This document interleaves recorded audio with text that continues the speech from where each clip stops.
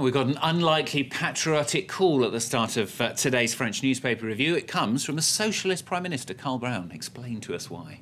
That's right. Good morning. So that was Prime Minister Jean-Marc Ayrault talking to MEDEF, the business leaders conference yesterday. And he said, I believe in patriotism and in the public interest that you all share in. That was his attempt at shoring up some of the sentiments of the business leaders. Lacroix points that out because they actually picked this line out. No one else really mentioned that in the coverage of the conference today. And Lacroix says this is interesting because he's basically talking to business leaders whose shareholders, investors, they're all over the world, so their sentiments are rather diffuse, and they don't necessarily have the kind of commitment that he would like them to be mindful of. And Lacroix says the government has a right basically to ask businesses for a return on its investment, because these are people who have been educated in France, they're from France, and so he's trying to kind of build up the sentiment. And it's only the second time, in fact, that a French leader has addressed this conference, MEDEF, isn't it? Yes, I mean, that's a statement in itself. The first socialist prime minister ever to address the conference.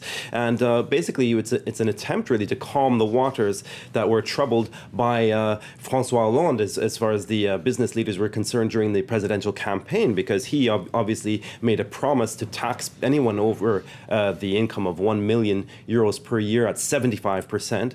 And he, created a whole new level of taxation. So that troubled the business leaders. But L'Humanité says, actually, if we move on to L'Humanité here, they say, listen, this is all very well to kind of call for this economic patriotism, but these bankers and business barons, they're not likely to take heed.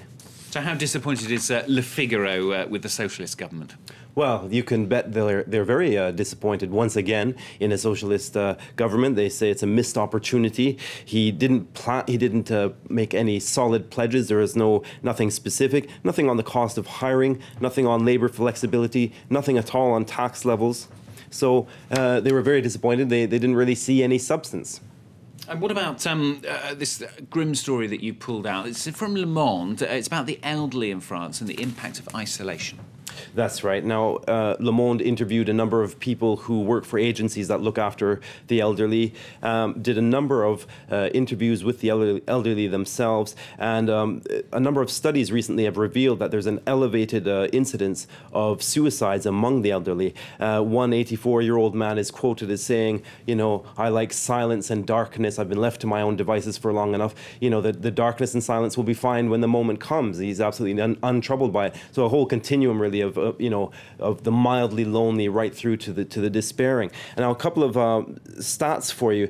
16 suicides occur for every 100,000 people in the French population. That was according to 2010 stats. Now that number doubles almost to those amongst 75, 84-year-old people. And that goes up again to 41 for the same population. So it keeps going up. The older you are, the more likely you are to have these suicidal tendencies. Now, then it gets even more, well, there's a note of hope in all of this, because the government announced at the beginning of this month that they're trying to kind of come up with some kind of bill that would get some kind of improvements in the care for the elderly. But just one last word to end everything on. There's one testimony of one volunteer who said, it's one case at a time. We met with one man. He didn't want to speak to anyone, including themselves. He then got him, after weeks of talking, got them to go out, finally went on vacation. He's a brand new man now. One note of optimism from Karl Brown. Thank you very much. That's today's French newspapers here on France 24.